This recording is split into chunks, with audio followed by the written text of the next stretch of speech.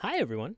It's Sean from Saturday Morning Cartoons with a quick note before we start this week's episode about Disney's Mighty Ducks. Our conversation quickly became long and just a real blast. So, instead of editing this down to our normal length for a show, we decided to break the show into two separate parts. Before we start the episode, I wanted to thank returning guest Tony Lazzaroni, the director at Crowded Elevator Pictures. You can find him on Instagram and Twitter at BigTonyVT. You can also find them on Facebook at facebook.com/crowdedelevator. You can also watch their latest short film called Breathing Room. We were also joined by Mike Visser, who is the owner and operator of Flying Fish Coffee and Tea located in DC in the Mount Pleasant area. You can find them on Instagram at FlyingFishDC and flyingfishcoffeedc.com. As always, Dave is over at Collider providing you with awesome entertainment news, so please check out collider.com. And I'm performing in the DC area on Friday, June 26th at 7:30 and 10 p.m. You can find out about tickets and information at witdc.org. Without further delay, enjoy part one of Saturday Morning Cartoons discussion about Disney's Mighty Ducks.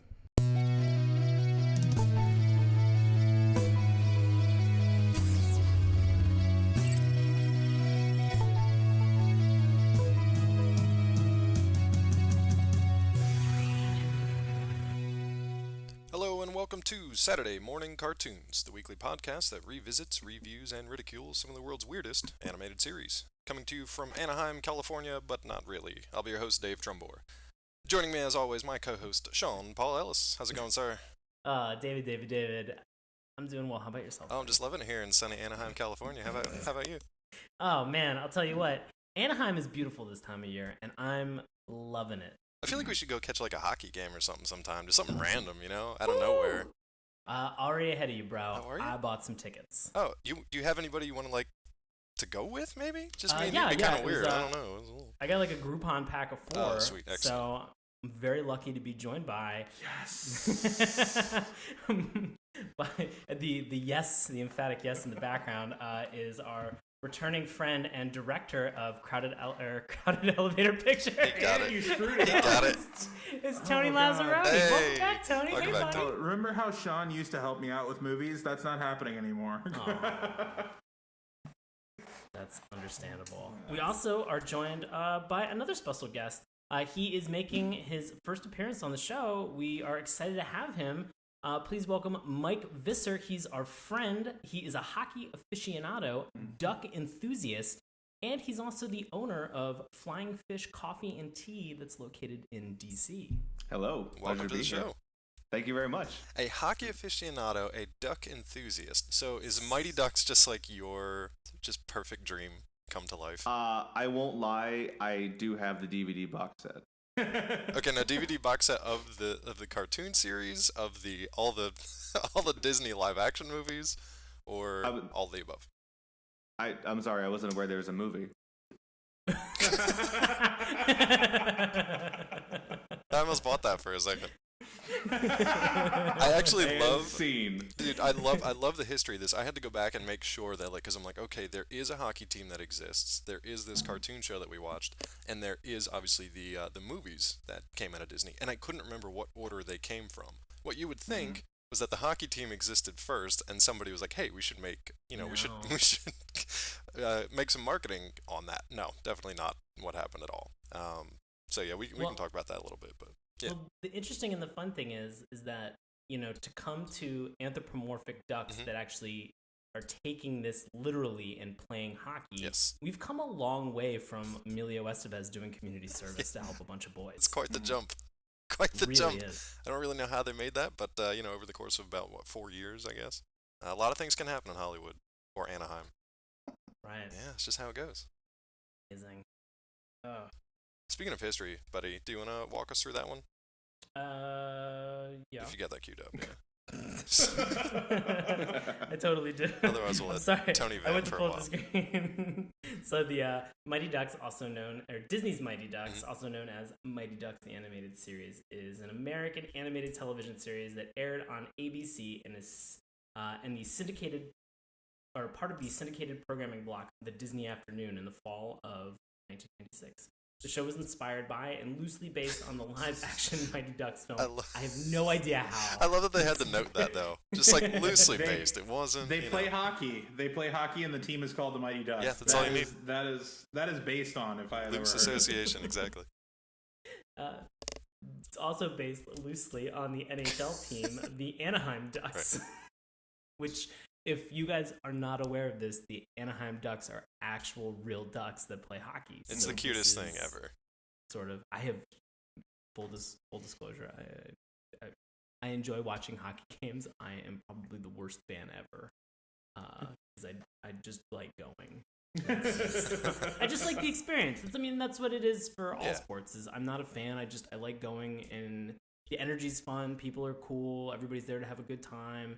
I like the cookouts beforehand and hanging out and having a drink during the show. I just during the show. Like it's like a concert. Broadway, yeah, it's like the Washington Capitals on ice. Yeah. Oh boy. So 26 episodes were produced in total. The series most recently aired on Toon Disney, but was removed from the schedule in 2004 and has not appeared in the channel's lineup since. That's actually not too bad. They only had the one season in '96, and they managed to stay on the air up until 2004. So that's a pretty good run. Congratulations, yeah, Ducks. Well done, Mighty Ducks. Do you think at some point when the guy was trying to schedule or program out that specific block that they lined maybe title cards or the card that they have on a big whiteboard in the shape of a V, just this is how this show is going to continue to penetrate this lineup. Yep, just flying V. The flying V, yeah. Started at the back, went to the front. Yeah, right. 1, 2, 3, triple D. Oh. I love it. I really want to go back and watch the movies now. You guys just want to pack this up real quick and we'll just go watch the movies? Yeah. Right, yeah, cool. we can do that. All right. Pack it in. See you guys next time. Well, before we do that, before we create a totally separate podcast that's dedicated to the life and times of Emilio Estevez. Sean, stop ruining things. Sorry. I feel like I'm the buzzkill. I apologize. Dave, can you walk us through the synopsis of this? I will certainly try. So this one, looking at the synopsis that you and I both have in front of us, you should you're gonna read a bunch of words and taken out of context. None of them go together. They mean not a goddamn thing. These guys, when they were creating the names of these characters, these alien anthropomorphic duck hockey playing creatures, also crime fighters, also superheroes, also comedians, they literally just had probably some Scrabble tiles in a bag and just pulled them out and just lined them up, and yeah, that'll work. So we got Wild Wing. That's what you think of when you think of ducks, right? Wild Wing. We've got Nosedive. Tanya, for some reason, Tanya. Duke, which kind of makes sense. We'll get to his full name. Mallory, which also makes sense. Tanya, if anybody can think of why they called her this one Tanya, I would love to know. If I'm missing a duck pun somewhere here, I would love to know, because the rest are pretty obvious. So we've got Wild Wing, Nosedive, Tanya, Duke, Mallory, and Grin form the hockey team and crime-fighting group known as the Mighty Ducks. As we said, based out of Anaheim, California. The Ducks battle against the evil Saurian leader Dragonus and his henchmen Siege, Chameleon, and Wraith, as well as other villains that also challenge the 6 Ducks over the course of 26 episodes. That's pretty much it. It's a straightforward kind of good versus evil, animated ducks versus animated other creatures. Does that pretty much wrap it up? Yeah. Straightforward. Yeah. I think so. What was our first reactions? Let's kind of go around the horn here and see who had watched this growing up. We'll start with our guests. So, Mike, if you don't mind, kind of what was your experience coming into the Mighty Ducks cartoon show? I remember it. Yeah. I did watch it either on its first run, because that would have been about my speed when I was that age, or somewhere in its inexplicable 10-year run. I caught it. I didn't remember much about it except that the mask that was the Anaheim Mighty Ducks logo for years was involved. And somehow they fought crime, and I wasn't really sure. I kind of thought it was in that the DuckTales Darkwing Duck world, where they were all anthropomorphic ducks, and they kind of coexisted in that weird planet of all ducks. Yeah. And when I rewatched it, I was surprised to learn that they were actually on Earth. Yeah. As the only ducks on Earth. I just remember it as being Gizmo Duck kind of crossed over Darkwing Duck. Right. DuckTales, and I figured they were just over in Duck, California, and not near Duckburg. Not near Duckburg or St. Canard. Yeah, I just thought they were a planet of ducks. Yeah. But Did you guys, oddly enough, notice the cameo by Howard the Duck that was in episode 3? Oh, I know. I didn't see it at all. No. Oh my god.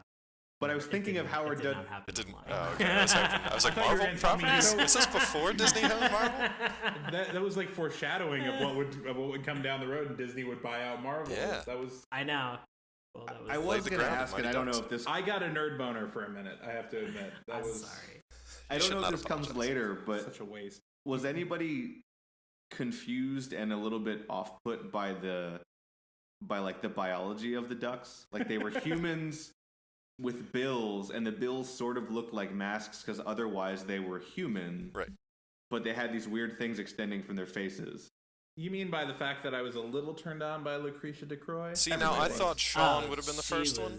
I thought Sean would have been the first one, so well done, I'm Mike. just gonna give Tony a pound right now because yes, we had a very sexy duck. We had a couple sexy ducks in episode 3. Oh, okay. So I'm gonna have to definitely go back and watch that now. Yeah. Yeah. Sexy duck time. Private time.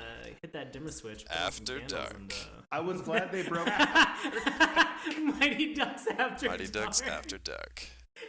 I was glad they broke Tanya out at the very end because I was like, nobody's giving any love to Tanya. No, I'm sorry, Mallard. I was gonna say Tanya. Mallory, Tanya wasn't really the. Well, okay. No, it was, everybody's got their thing, man. Well, without jumping ahead too much, episode 3 they sexualize one specific duck to a cringeworthy extent, and then at the very end they bring Mallory, and they kind of allow her to have a little bit more of a feminine side, where it feels earned, but it's nice to allow her to be a little bit feminine. I mean, she's a female hockey player, and she's kind of rough and tough. And she's checking guys up against the boards with the rest of the team. And so they were able to allow you to see that she's also a woman. And that's important. And the thing that I have a really hard time understanding is that they do this, and then the two ducks who had been fighting, was it Duke and Nosedive had been fighting over this over-sexualized duck that we'll talk about. Yeah. And then they're given the opportunity to go to the mall and maybe have a duck relationship. Maybe the Disney store? Yeah, maybe go to the Disney store. Oh, yeah. Hit it up. And they have this Maybe opportunity. play a little game of Duck, Duck, Goose. Oh, you know what I mean? Oh, that sounds sexy. Fuck. Cross species. Damn.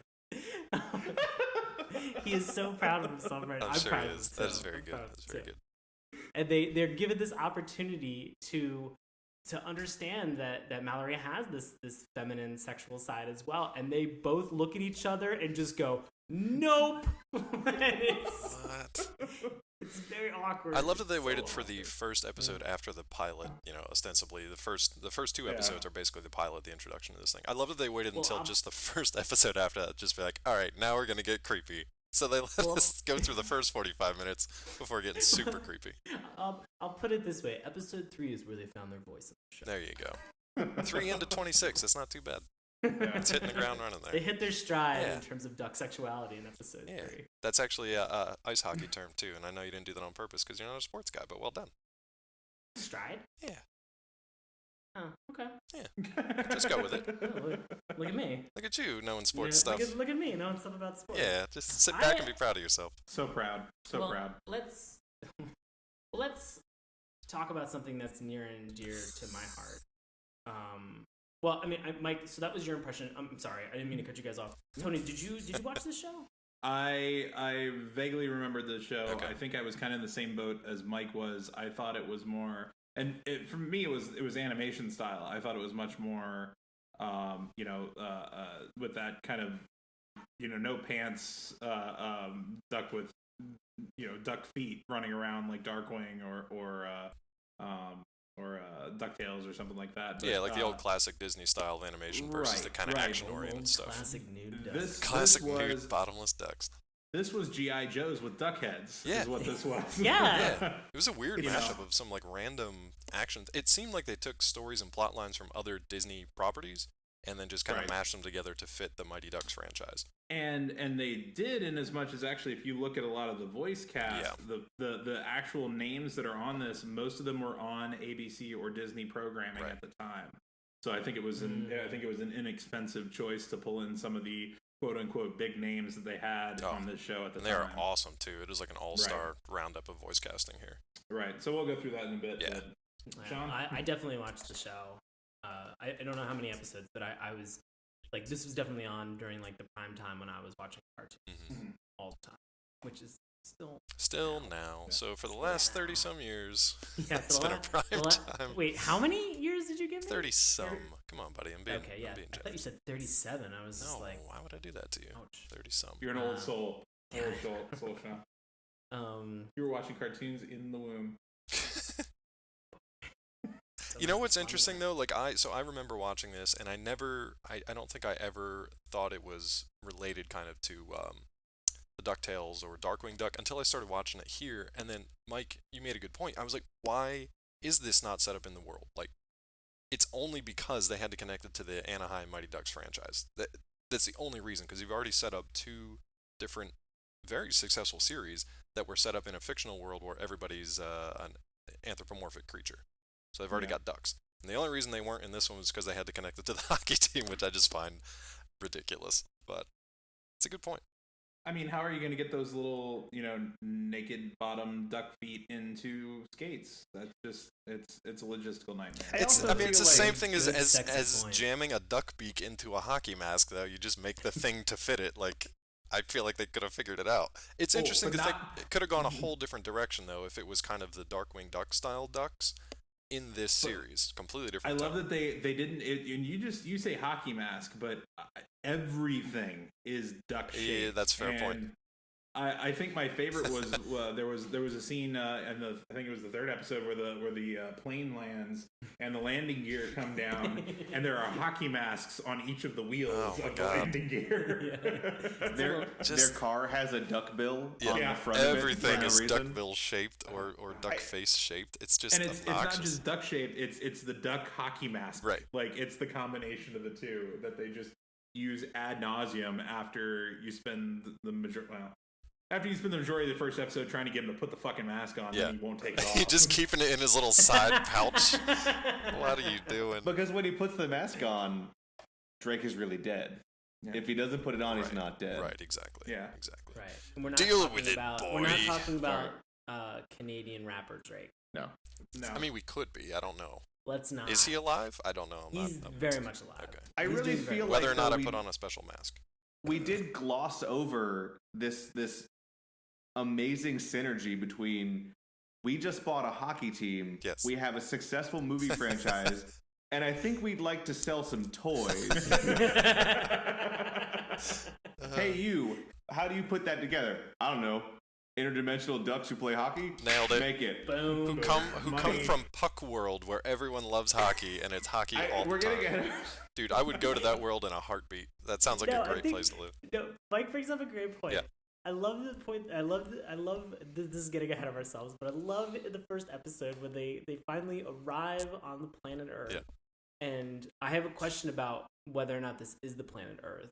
Okay. For everybody a little bit later. Fair. Just want to remind myself, dog ear that for a future conversation. Okay. But they, oh my god, I just totally blanked. I don't even know where you're going with it. You were just talking about the interdimensional wormhole that kind of opens up and they go from their planet. Oh yeah, and okay, they thank end you. up on I Earth. love that. Oh my god, I love the fact that when they finally land and they're just like, they're trying to figure everything out and they're just like, gotta play hockey, keep our edge. Without a pause. What? Without a second thought, like, where are we? I mean, they do go through that a little bit, but not like they like get their bearings and they're like, oh, we're on this planet with a bunch of weird looking people. It's time to play hockey. Like, I wonder if this is Planet Hot Dog. Yeah, Planet Wiener World. It was Planet Wiener World. I wonder if Wiener World. Oh, maybe that's the name of this place. I love that their first thought is like, gotta play hockey, keep our edge. There's something now. I don't know if you guys will feel this way. There's something refreshing about somebody having such clarity or focus in what they do that I am continually jealous of. I sometimes will get very scatterbrained and I'll kind of go all over the place, and I have to make extensive to-do lists in order to rein myself in to accomplish specific tasks. And these people were just like, oh man, their first reaction after going through this interdimensional portal wasn't, we gotta get home and like liberate the people who have been enslaved on Puck World. Yeah. They're just like, no, we gotta play hockey. We gotta play hockey. Like, we gotta keep our edge. Look, we are gonna lose our cool. And I think I don't know. To me, that's something that I'm always jealous of, that they were just like, just start playing hockey. And I think that that's fun. Like the idea that, hey, if we just do something that's familiar, that we love, everything else will fall in place. Like everything else will come in line. What a fortuitous event that they crash landed right next to the Anaheim ice hockey rink. I know. I also thought it would have been really fucked up if they would have landed on a planet that like had never heard of hockey. Yeah, it was just like a desert planet. If they landed on Tatooine. Well, and they crash landed past the sign that was for the Anaheim Frogs. Yeah, the Mighty Frogs. The Anaheim Mighty Frogs. So here's a fun thing. Yeah. Fun fact. We looked this up. The Anaheim Bullfrogs was and I'm not kidding, this is a thing, professional inline hockey team in Anaheim, California. That's crazy. Before the Mighty Ducks became an NHL franchise, there was a franchise that played in Major League roller hockey or Major League inline hockey. That's nuts. Called the Anaheim Bullfrogs. And I'm actually just impressed that they researched it enough to know that. I guarantee somebody on that writing staff had to have grown up in Anaheim or something. Yeah. Had to have, maybe had a creepy uncle that was on that team or something. Had to know. We're just making everything sports these days. It's sports month here at Saturday Morning Cartoons. I mean, it is, but I mean, last week we dealt with the fact that like they made a monster truck, not rally, they made a monster truck race. Sport. And in this, we're just like, we'll just let inline skating become a sport. I love that they gave a nod to that though. That's really cool, actually. That is really cool. I like that a lot. That's a good find. But yeah, how fortuitous for them. Laying on the ice hockey rink. Real quick, I just want to touch on the intro and theme song here. Do you guys have any thoughts on this one? So this is near and dear to my heart. Yes. Let me ask this question. Shoot. Was somebody running a smear campaign against Ducks in general? Why do you say that? Because the number of times that they had to remind me that Ducks rock. Yeah. was ridiculous. Around 1996, Ducks were at a historic low point in this country, so... It was all of the counter arguments given by the Dragons. I mean, you have to fight and tell people you rock. Yeah. I mean, it got me. I've been all about Ducks since 1996. I was really anti-Duck before that, but now I'm pretty pro-Duck. I'm kind of anti-Goose these days, but you know. Oh, really? Yeah, I'll come back around. I'm more pro-Duck and anti-Goose. Geese will fight you if you throw bread at a pond. Mm-hmm. Ducks are just like, look, we're just glad to be here. Don't even get me started on swans, though. Those things are... Stop looking at me, Swan. Oh my God, those are dicks. Stop looking at me, Swan. Swans are assholes of the almost flightless bird contingent. Yeah, wrong. So, it sounds great. Oh my God. It was fantastic. Yeah, there were puck-shaped like asteroids and just duck mask-shaped like nebulae. It was just the weirdest intro. And then they would just flash like epileptically. The characters would flash across the screen with their names like all mashed together, so you had no clue who anybody was.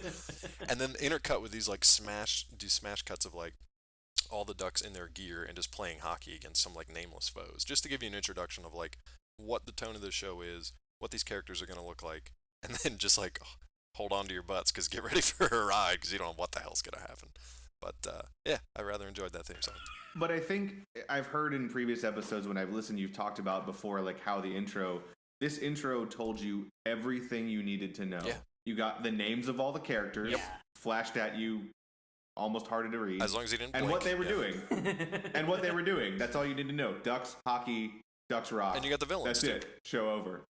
There continued to be that whatever the buzzer is that's behind the goal. And I want to ask Mike and Tony about this when you're done, but go ahead. But no, it continually like it flashes red whenever somebody scores, and so they used that animation in some capacity to a ridiculous extent. For anything. They were like, "Hey guys, let's go get some sandwiches."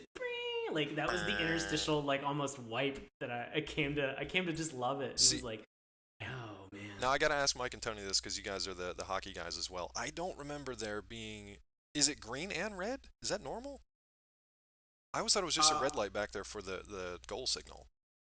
I think there is a green light. I can't remember what it's for, honestly, but the red light is the goal light. Yeah. I mean, I was trying to think, like, is it for, like, an intermission thing? Is it for, like, a power play? I can't remember there being... It's not like a traffic fucking signal back there. Like, what... So, I don't know if you've been to a professional hockey game and seen, like, the little kids come out and play hockey in the middle of the game. I think it's for when they score a goal, so that it's go, kids. Great job, kids. Green, positive reinforcement. Good work. Not like red light, get the fuck out. Mike's on ice. Mike's on ice. Red light, get the fuck out, kids. The thing that struck me about that clip, and this happens a lot in that era, is that everyone got, like, a really limited CGI budget. Yes. Yeah. And for whatever reason, like, they just threw in 2 or 3 clips of CGI that didn't mesh with the style of animation, but we had the money, so let's do it. No, you were and that was one of them. You were spot on, because we have hit this, like, kind of sweet spot in the mid-90s where this technology started to become available, and people were just kind of, like, piddling around with it and didn't know what the hell to do with it beyond reboot.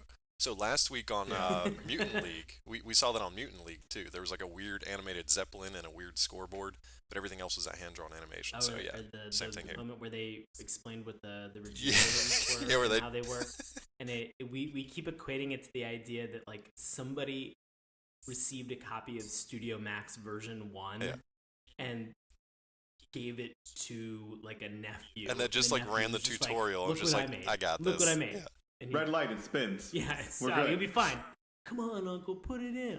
Oh, that's brought back some dark memories. Oh, my God. I feel like I'm on a shrink's couch here. Moving on. Anything else from that theme song, guys? Wait, you sure you don't want to double down on this one? That oddly made me think of Jackie Chan Adventures. Yeah, Uncle. Sorry. Well, speaking of characters, do you want to jump into these? Well, I just want to say you can measure duck studies at San Francisco City College. I was hoping you'd bring it back. My fucking continued plug. Guys, enroll in ridiculous stuff things for San Francisco City College. Yeah. They love. We are sponsored by San Francisco. We are. You can major in duck studies and minor in ice hockey. That's the Mighty Duck course correction. Okay, so we introduced these guys a little bit earlier in the show, but we kind of only gave you their first names, didn't talk about them too much. So let's talk about the Mighty Ducks themselves. I personally like the villains more, but we can get into the Mighty Ducks themselves. We're going to go around again. Mike, did you have a favorite Mighty Duck that you'd like to talk about quick? I like Duke. Duke? Can we talk about his full name? Absolutely, yes. It's all you. Because he's my favorite too. Too late. Duke LaRange, fantastic.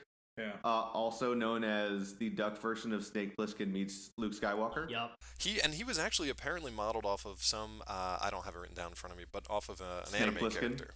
You would think. You would think, but it was apparently some anime character. The scar and the beak and the eye patch, and then he had the inexplicable like grappling hook. I mean, it was very Well, 90s cartoon, everybody has to have a grappling hook. You have a CG moment and a grappling hook. That's what they give you on like the Oregon Trail of cartoons. Yeah. As soon as I saw him, though, I thought Escape from New York, and he was great. Yeah, with his Bronx accent, or Bronx, Brooklyn, I don't know what it was, but yeah, New York accent is pretty good. Was the anime that he was based off of? I'd be curious if it was like Captain Harlock. No, it wasn't, and it's on the Wikipedia page, but I cut it, and I can't remember what it is off the top of my head. It wasn't anything that I knew of, but I'm sure people out there would like crucify me for not knowing it. But yeah, I don't know. Cool. Tony, did you have a favorite on the team? I did. I am a not super small person, so of course the big galoots always draw me in. So Czech Hardwing, aka Grin, was great. by far my favorite. Mostly because he was honestly Steven Seagal. Holy shit! Oh my if God. Steven Seagal was a hockey-playing duck, it would be this guy. You are 100% correct. He's Steven Seagal now. Steven Seagal in the 90s. Dude, if they pretty cut under Siege style. Yet again, they look into the future. Yeah. And see what will be. Let me pitch this to you guys. If we ever are lucky enough on this show to do some sort of cartoon of our own, I'm going to pitch you this character right now. It's exactly what you said, except his name is Steven Seagal. right? So that's copyrighted now. That's SMC trademark. We've got Steven Seagal. And I love that so much. What? I don't even. This cartoon? I don't know. You tease matter. him with bread a lot. Then he gets real pissed off and just chops your head off. Steven Seagal. Yeah. So Grin. Were you done with Grin there? It's about all the more there is to say about I mean, him. so No, if you want to talk about like the voice acting as we go through these too, so absolutely. So he's voiced by Brad Garrett, who people may recognize as the brother from Everybody Loves Raymond. Exactly. Who is in actuality a tall guy. I think he's like 6'8" or 6'9". Yeah, he's a big guy. He's a big guy, but mostly has this big, deep voice. And on Everybody Loves Raymond, he always just sounded like kind of an idiot. But he's actually a very articulate guy, and so Grin has moments of extreme clarity and wit, but just is otherwise very strong and silent. And so he's a very zen duck. He is. It's and literally zen. I mean, he the backstory reading up on it was that he used to be very violent and found martial arts and taekwondo as his way of, Taekwondo. There you go. As his way of gotta get that pun in there. Of reining in that violent side of him. So yeah, I enjoy that character. Now, where did you find that? Because I felt like there was little to zero backstory given, like at any point about any of these characters. Oh, that was just a Wikipedia thing too. Yeah, we're just straight reading off. I gave you guys but a good condensed how does version. anyone know that? Because it's probably someplace else in the episodes. I'm sure he gets. I'm sure, like every one of these series, they have a highlight show for an origin almost story. Each character. Yeah, where they'll talk about origin stories, or they'll at least give them a chance to be center stage for a little while. We didn't watch through the full series because it's 26 episodes, and I'm sorry, I have a day job and a life, but I'm just sorry I have a day job, so. I mean, I would love to watch. If we could sit and watch the entire series of all the cartoons we cover, these shows would be insane. I'd probably be so like punch drunk from just watching this insanity back to back for 13 hours. Can you imagine? Oh my God. Imagine it would have been a little over a year, and we would have done nothing but just watch cartoons. We'd be in the asylum. I mean, there's no way you can survive that in your 30s. We'd be in the asylum. I think we'd be drawing Steven Seagal every day. I think now is the perfect time to tell all the listeners, all the, I don't know how many are we talking, 15, 20? All of you, please advertise this show. Get us to the point where we can get advertisers so that we can sit on our asses and watch cartoons just for you. And just slowly go insane. Yes. Well, yes, please. Somewhat quicker than we already are, I guess. Oh, man. Yeah, he actually, so Grin, I like Grin too. He reminded me of the big guy from Jackie Chan Adventures, Toro, I think. Same kind of thing. So if you guys are familiar with Toro, Grin's kind of the same. Sean, I know you said your favorite was Duke L'Orange, but who's your backup? My backup is a tie between Wild Wing Flashblade. Which you cannot say that name with a straight face. These fucking names. Voiced by, actually that one Mike found out. Wild Wing is actually the name of the mascot for the Mighty Ducks. Yeah. Oh, no. Yeah, that's correct. Now I didn't know which one came first though, because they. Yeah, that's what we would have to go dig back. I feel like it all came out of the same meeting. Yeah. That makes sense. Yeah. Should we buy a hockey team? Can we? It's all about synergy, guys. Yeah. But also, he is voiced by. Oh no. Yes. Let's get into this because this is one of my favorite voice Fact of the podcast. And excuse me, let me credit him as Mike and I saw when we were in Las Vegas and saw the banner starring in Chippendales at the time. Known for top credit Sharknado, second credit 90210. At least he didn't put the Sharknado sequel as his second credit. Ian Ziering. I think this predated Sharknado too, because it may butt its way in there above 90210. But yeah, this was hysterical hearing his voice, and just honestly, he's not a terrible cartoon voice actor. He's got a lot of range. Decent, he's got a lot of emotion. But I can't hear it without Steve Sanders. Yeah. Without thinking the Steve Sanders voice from 90210. And he's also he's put up against all these other just like juggernauts of the voice cast. This is true. That's a tough role, especially as the leader of the team. But yeah, I'll turn it back over to Sean. Well, I also liked one of the other characters that I really enjoyed that you are really introduced, or that makes a big introduction in episode 1 and 2 is Phil Palmfeather. Okay. And the second he began talking, I was like, that's got to be a fucking Belushi. And lo and behold, it is James Belushi. Oh wait, it wasn't John? That would have been weird. Come on. That would have just been a weekend burn. Oh, Jesus. I do love the concept that John Belushi was at some point a Disney employee. Yes, right? That's an amazing story. I'd love to hear that. And yeah, so is it possible that we can go through some of these voice actors? Because I do want to touch on a few of these. Yeah, I mean, most of the great ones are in the villains, but yeah, if you just want to roll through the rest of the characters. Well, did you have a favorite character? No, we've already covered most. I mean, the only ones that are left we can talk about briefly once we go over the voice actors. Right. So let's get into the voice. As Dave has mentioned, the voice cast for villains is fantastic. So Tony, please. All right, so let's start with the villains then. Let me scroll back down. So to start out with, Lord Dragonus, the best. The lead baddie, is voiced by the legendary Tim Curry. Oh my God, this guy! Because if you're gonna have a bad guy dragon, have him voiced by a Brit. I mean, that's first and foremost. Followed up by Siege, who's voiced by Clancy Brown. Who you may recognize from TV and movies. I think probably the biggest thing he's doing nowadays is he's Mr. Krabs in SpongeBob SquarePants. What else is in his credits? Was he the Kurgan in Highlander originally back in the day? Yep. And he was also in Shawshank Redemption. Yep. Starship Troopers. He was in Sleepy Hollow, the early couple episodes of it. Yeah. Right. Next up was Chameleon, voiced by the legendary Frank Welker. Our buddy. So good. Yeah, and really is just an opportunity for him to display as many other impressions as he possibly could. And holy shit, they crammed them all in, didn't they? Yeah, you gave him a shapeshifter role, and then just let him do.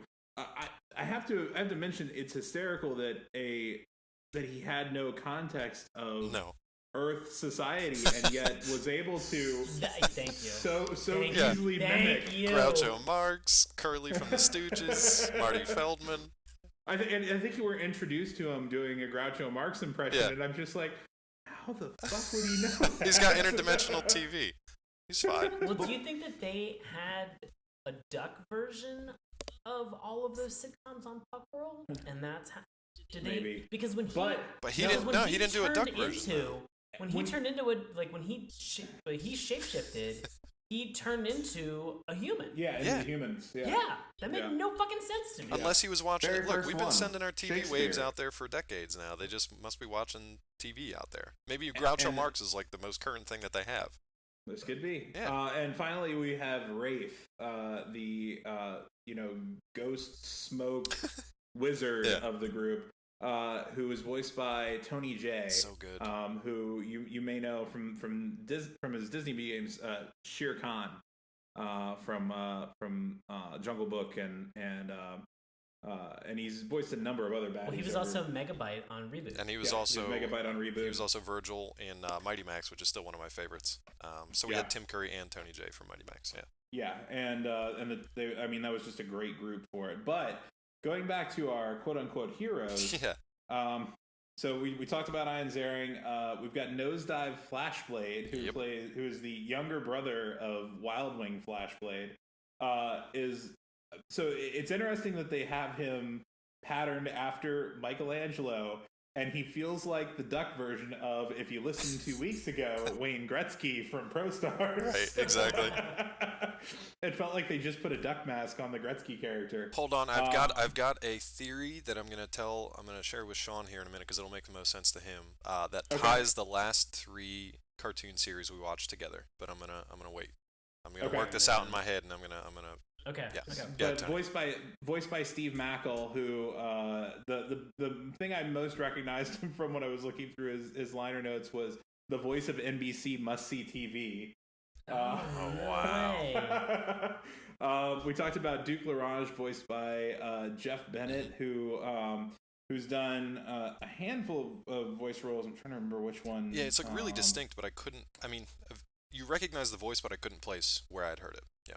Yeah, the one that I recognize from he's Petrie in like all the Land Before Time movies, Really? starting with the second one on through. I think they did 14 like of them or something 14, like that. Yeah. And he's got a couple others. I know he was a voice on Gargoyles. I think I want to say he was Brooklyn. He had to be Brooklyn. Gargoyles. Had to be Brooklyn. Yeah. And then next up was Mallory Mcmalley, voiced by Jennifer Hale. His names. Just can't keep a straight face. What is wrong with that? Can't keep a straight face with these names. Mallory McMallard, who has done a ton of like small roles in cartoons, but is actually mostly known for her video game background. And the biggest one on there was as part of the Metal Gear Solid franchise. She was the voice of. I'm searching for it because I looked it up earlier. Well, she's also done Cinderella and Princess Aurora for other Disney props. So she's a Disney lady. Yeah. She's a Disney lady. Yeah, she's up there. I can't find it, but I'm gonna skip this. So moving on to Tanya Van Der Flock, voiced by April Winchell.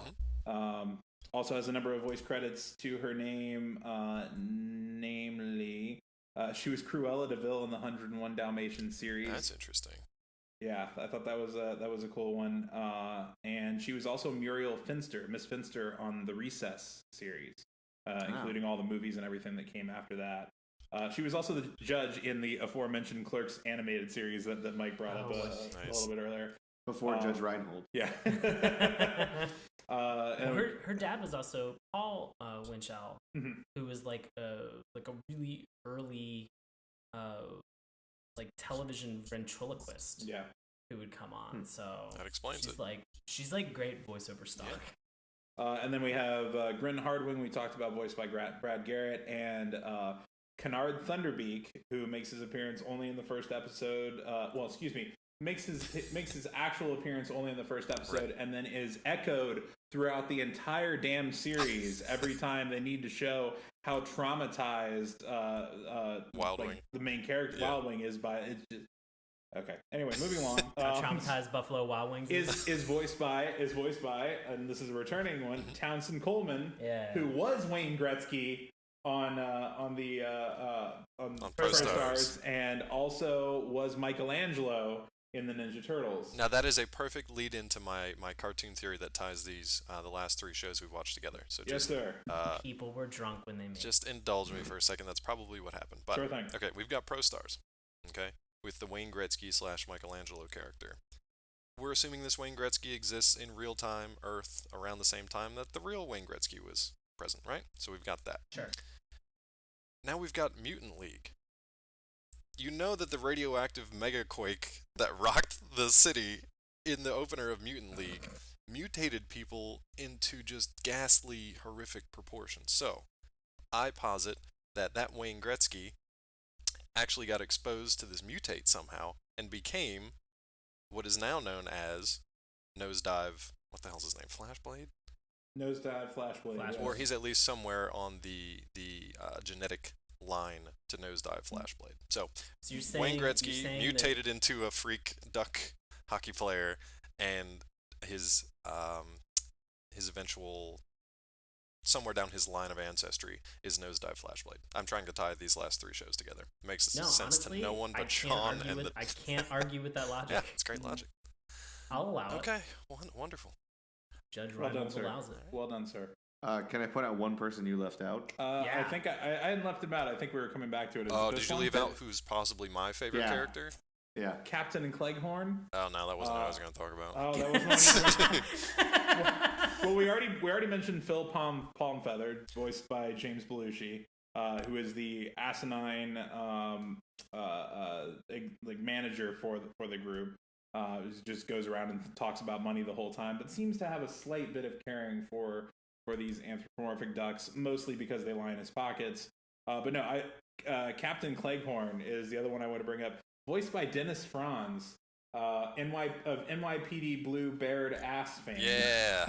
Oh my god. He has a much better title than he's just like the cop in the show. The cop, Yeah. the disgruntled like cop. Apparently he's Captain Cleghorn, but in the show you're just like, oh, that's the cop. Yeah. Right. Well, and they every time he shows up on screen, they play a theme that I swear is just ripped straight out of Dragnet. Ooh, yeah, it is. They had some weird, like, there were some borrowed themes from pretty much everything here. Yes. There's some Star Wars kind of stuff going on. There's definitely some Dragnet stuff, yeah. Which actually Dragnet and some of the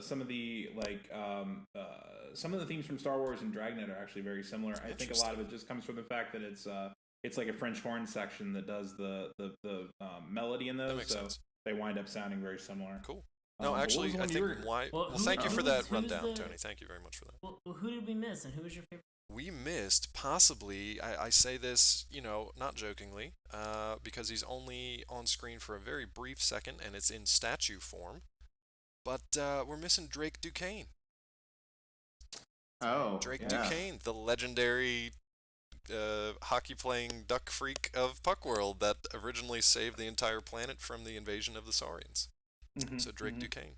I just love their depiction of him as just like this, it's just like massive duck god. It was weird because I never went back to it again. But he apparently had created this gold duck hockey mask that could let him see through the invisibility technology of the Saurians, which comes into play in the pilot, which we will now dive into briefly. Next week, we will pick up with our discussion about each of the episodes for Disney's Mighty Ducks. Thank you guys so much for listening, and I'm going to sneak in a new little bit of outro music. Have a good week. Bye.